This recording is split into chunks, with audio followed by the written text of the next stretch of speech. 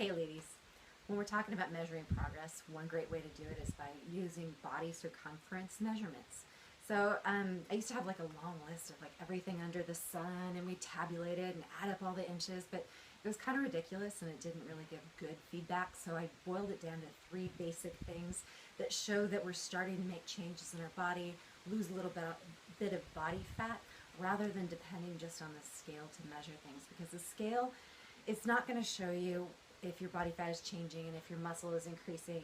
That kind of comes down to taking some pictures so you can visually appreciate those changes month by month, and then also taking these measurements. But the measurements are only as worthwhile as your accuracy. So we're going to talk a little bit about how to get a good measurement, or the most consistent measurement you can get. It's not foolproof, but we do the best we can.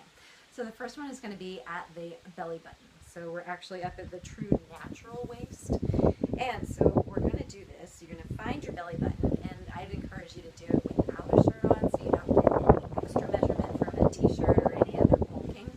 You're going to start by putting the end of the measuring tape right on top of the belly button.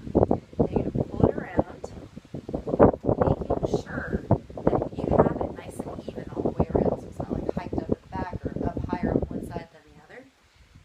Then pinch it without pinching into your skin. You don't want to tighten it up so much that you feel your skin go over the top, and yes, that can happen to anybody, me included.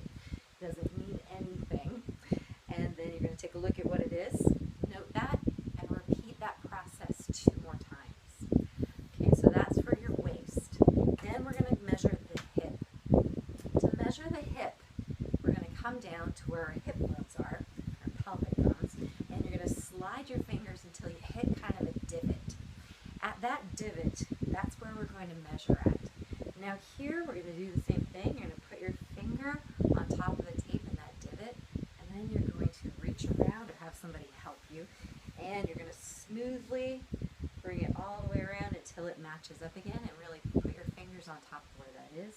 Check and make sure in a mirror, or have somebody else look, that you've got it pretty even all the way around, side to side. Again, it's not hiked up in the back or going down too low. Note that number and do that 2 more times as well. Now the next one is measuring the thigh. And thigh circumference can change a lot, and for some of us who are working on getting a little bit stronger, a little bit more muscular, it might not change at all, but what you see, the muscles that you see can change, and the amount of body fat that you have can also change. So hence taking the pictures as well as doing the body circumference measurements. For this one, we're going to use our hand to help us mark exactly where we're going to measure on our thigh. So you're going to take the palm of your hand, you're going to stick it right into that crease between where your thigh and your hip are. So if you need to kind of bend your leg up a little bit to find where that is, go ahead and do that. Stretch your fingers straight down, and then our marker for measuring is always going to be at the end of the middle finger. So you're going to note where that is, put the tape right on top of it, especially if you're doing this by yourself. Reach through, bring that around, and once again, you want it to be flush on your leg but not squeezing into your skin at all. Note that measurement, then go back, start from the beginning again, find that marker so we know exactly where we're going. End of the middle finger, end of the measuring tape goes under that middle finger, right, touching, but at the end of it, back around. And there you go. That's how to measure your thigh. So remember, we're measuring like true natural waist. Belly button is a marker. Okay.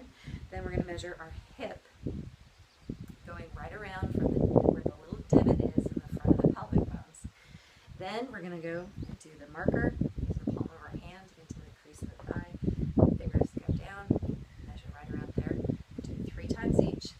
Take your average. Hopefully you're in the close ballpark each time. You'll get more accurate as you practice again and again. Find some sort of place that you can mark this down where you can refer back to it the next month. Maybe even make a chart, or I'll make a chart and send you one later. All right? If you have any questions, post them in our Facebook group and I'll answer them the best that I can, as best I can. Hope you guys have a good day.